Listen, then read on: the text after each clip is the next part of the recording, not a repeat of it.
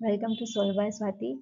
इस लेक्चर में हम इम्यून सिस्टम के इम्यूनोग्लोबुलिन जो एंटीबॉडीज़ होती हैं उसके बारे में डिस्कस करेंगे एंड इसके क्या टाइप्स होते हैं उसके पूरी प्रोसेस को समझने की कोशिश करेंगे। So welcome to this channel. तो आज हम देखेंगे कि एंटीबॉडीज़ क्या होती हैं जिसे कि इम्यूनोग्लोबुलिन भी कहा जाता है। तो एंटीबॉडीज़ और इम्यूनोग्लोबुलिन सोल्यूबल ग्लाइकोप्रोटीन्स होते हैं जो कि जिसमें कि आईजी फोल्ड्स होते हैं। अब आईजी फोल्ड्स क्या होते हैं? ये इम्यूनोग्लोबुलिक प्रोटीन के अंदर, इस स्ट्रक्चर के अंदर ही ये फोल्ड होते हैं जिन्हें कि आईजी फोल्ड कहा जाता है।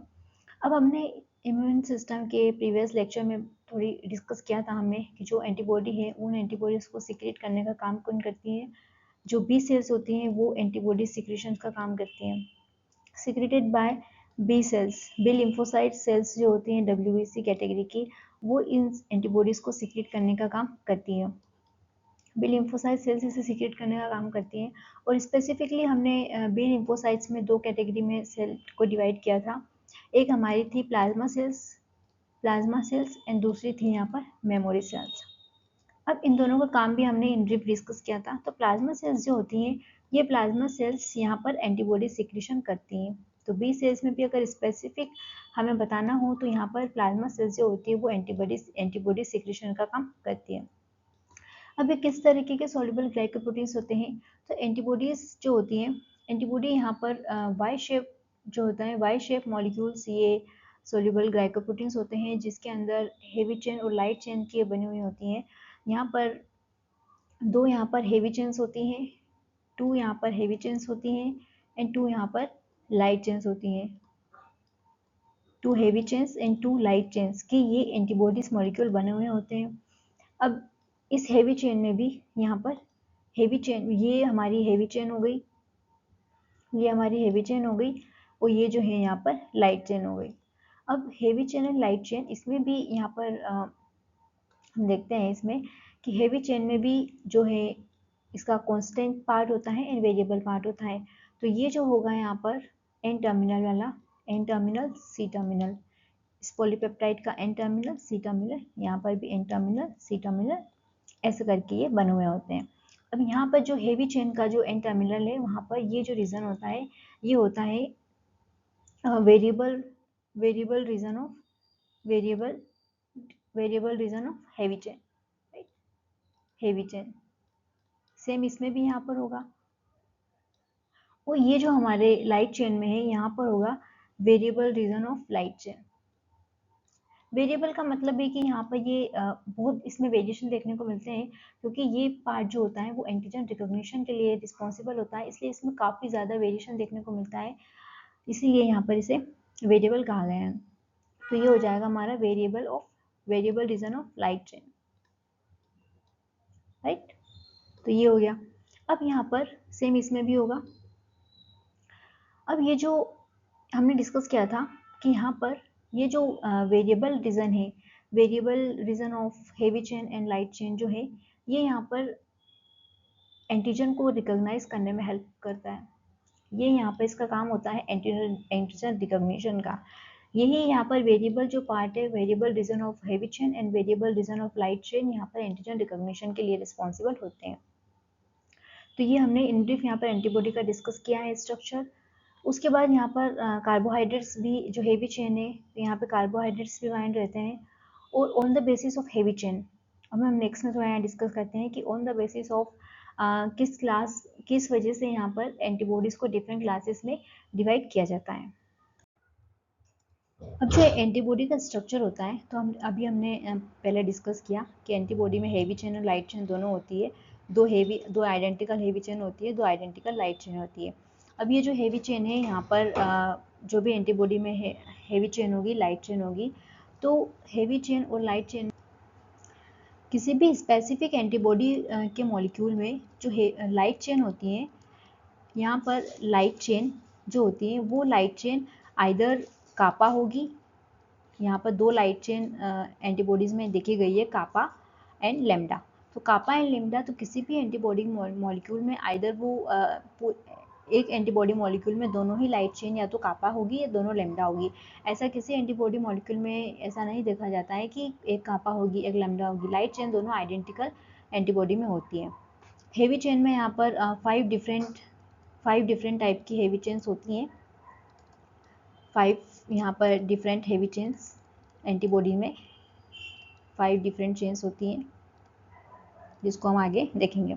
अब जो एंटीबॉडी का स्ट्रक्चर है, उस एंटीबॉडी के स्ट्रक्चर में यहाँ पर जो हेवी चेन है वो लाइट चेन है। तो जो हेवी चेन, जो यहाँ पर वेरिएबल रीजन है दोनों का, यहाँ पर एंटीजन के साथ ये इंटरेक्ट करती हैं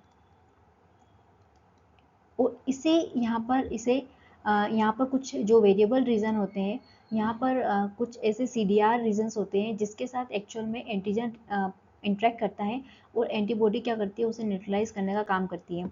तो अगर यहाँ पर जो एंटीबॉडी है, वो एंटीबॉडी यहाँ पर अगर मोनोमर फॉर्म में है, अगर ये एंटीबॉडी मोनोमर फॉर्म में है, तो यहाँ पर 2 एंटीजन बाइंडिंग साइट होगी। मोनोमर में 2 एंटीजन बाइंडिंग साइट्स होंगी, मतलब एक एंटीबॉडी मॉलिक्यूल में यहाँ पर 2 एंटीजन बाइंड कर सकते हैं, 2 एंटीजन बाइंडिंग साइट्स।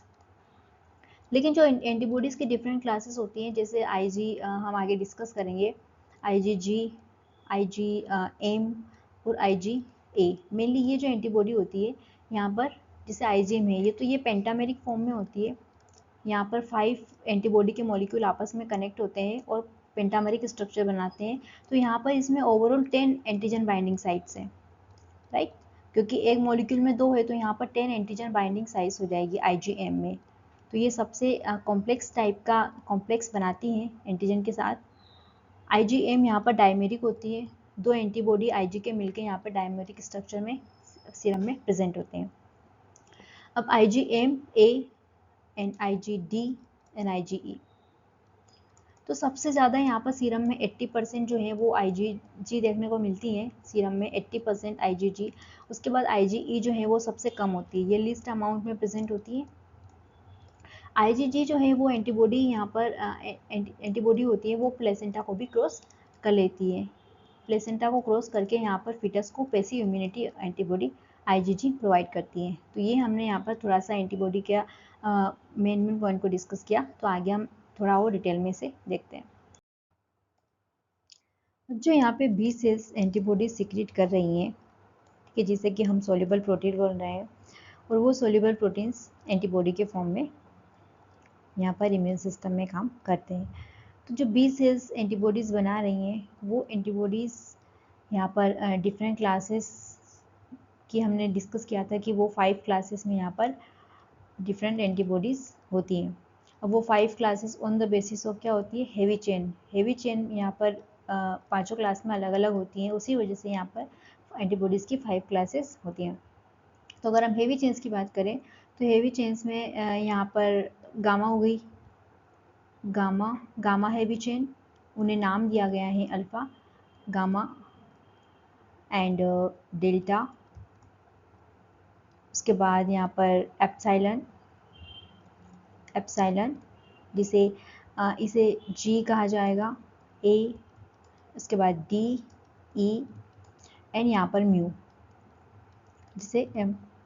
इसी बेसिस पर यहाँ पर इन्हीं एंटीबॉडीज़ को IgG, immunoglobulin A, immunoglobulin D, immunoglobulin E and immunoglobulin M। तो ये जो 5 क्लासेस हैं एंटीबॉडीज़ की, वो on the basis of heavy chain है। हेवी चेन इन सब में वेरिएबल होती है, लाइट चेन यहाँ पर आइदर कापा होगी या लेमडा होगी। तो ओवरऑल यहाँ पर हमारा एंटीबॉडीज़ का स्ट्रक्चर, जो 5 क्लासेस बनती हैं एंटीबॉडीज़ की, वो यहाँ पर B सेल द्वारा ये 5 डिफरेंट एंटीबॉडीज़ को बनाया जाता है। अब ये जो एंटीबॉडीज होती हैं, ये एंटीबॉडी जो B सेल्स हैं, जो B सेल्स ने एंटीबॉडी बनाई, वो जब B सेल्स का एंटीजन के साथ इंटरेक्शन होता है, यहाँ पर B सेल जब किसी एंटीजन के साथ इंटरेक्ट करती हैं, तब यहाँ पर ये इसका सिक्रीशन करती है। एंटीबॉडी का जो सिक्रीशन है वो इसके रिस्पॉन्स एंटीबॉडी के एंटीजन के इंटरेक्शन के बाद B सेल्स यहाँ पे एंटीबॉडी को बनाती है। तो अब जो एंटीबॉडी बना रही है B सेल्स, वो यहाँ पर 2 फॉर्म में होती है। जैसे B सेल के सरफेस पर जो एंटीबॉडी मॉलिक्यूल है वो एज ए रिसेप्टर काम करते हैं। तो B सेल पर जो एंटीबॉडी होती है, antibody act as a receptor, antibody की सरफेस पर ये रिसेप्टर की तरह काम करती है और एंटीजन रिकॉग्निशन में हेल्प करती है। तो यहाँ पर रिसेप्टर की तरह काम करेगी। जो मेच्योर B सेल्स होती है मेच्योर बी सेल की सरफेस पर IgM एंड IgD एंटीबॉडीज होती हैं। यहाँ पर IgM एंड IgD दोनों एंटीबॉडी होती हैं जो कि मेच्योर बी सेल की सरफेस पर होती हैं। अब आइदर ये रिसेप्टर की तरह काम करेगी या फिर इन एंटीबॉडीज़ को सिक्रेटेड फॉर्म में सीरम में रिलीज कर दिया जाएगा। सिक्रेटेड फॉर्म में यहाँ पर IgA, IgE एंड IgD इन सभी एंटीबॉडीज़ को सिक्रेटेड फॉर्म में रिलीज़ किया जाता है और इन मॉलिक्यूल्स को भी यहाँ पे सिक्रेटेड फॉर्म में रिलीज़ किया जाता है, पर डिपेंड करता है कि बी सेल्स को सिग्नल क्या मिला है। उस बेसिस पर बी सेल्स आइदर वो रिसेप्टर की तरह एंटीबॉडी बनाएगी या फिर सिक्रेटेड फॉर्म में उन्हें रिलीज़ कर देगी। अब सिक्रेटेड फॉर्म में जो एंटीबॉडीज़ बनाई गई है वो डिफरेंट टिश्यूज़ में जाएगी, सीरम में जाएगी और पूरे बॉडी में सर्कुलेट होती रहती है और जहाँ भी एंटीजेंस उसे नज़र आता है उसे न्यूट्रलाइज करती हैं और जो भी एंटीबॉडीज़ के फंक्शंस होते हैं वो ये परफॉर्म करती हैं। अब यहाँ पर एंटीबॉडीज़ के जो फंक्शंस हैं, एंटीबॉडीज़ के जो फंक्शंस है, अगर उन फंक्शंस को हम देखें तो हमने 4 फंक्शंस को यहाँ पर डिस्कस किया था प्रीवियस लेक्चर में। आप देख सकते हैं इसी चैनल पर हमने एंटीबॉडीज़ के कुछ फंक्शंस डिस्कस किए थे। तो पहला जो हमने फंक्शंस यहाँ पे डिस्कस किया था वो क्या था, न्यूट्रलाइजेशन का। न्यूट्रलाइजेशन का सिंपल सा मतलब है कि कोई भी एंटीजन जब हमारी बॉडी में फॉरेन सब्सटेंस एंटर होता है तो उसके इफेक्ट को न्यूट्रलाइज करना होगा, अदरवाइज हमारे इम्यून सिस्टम को, हमारी जो बॉडी है उसे इफेक्ट करेगा।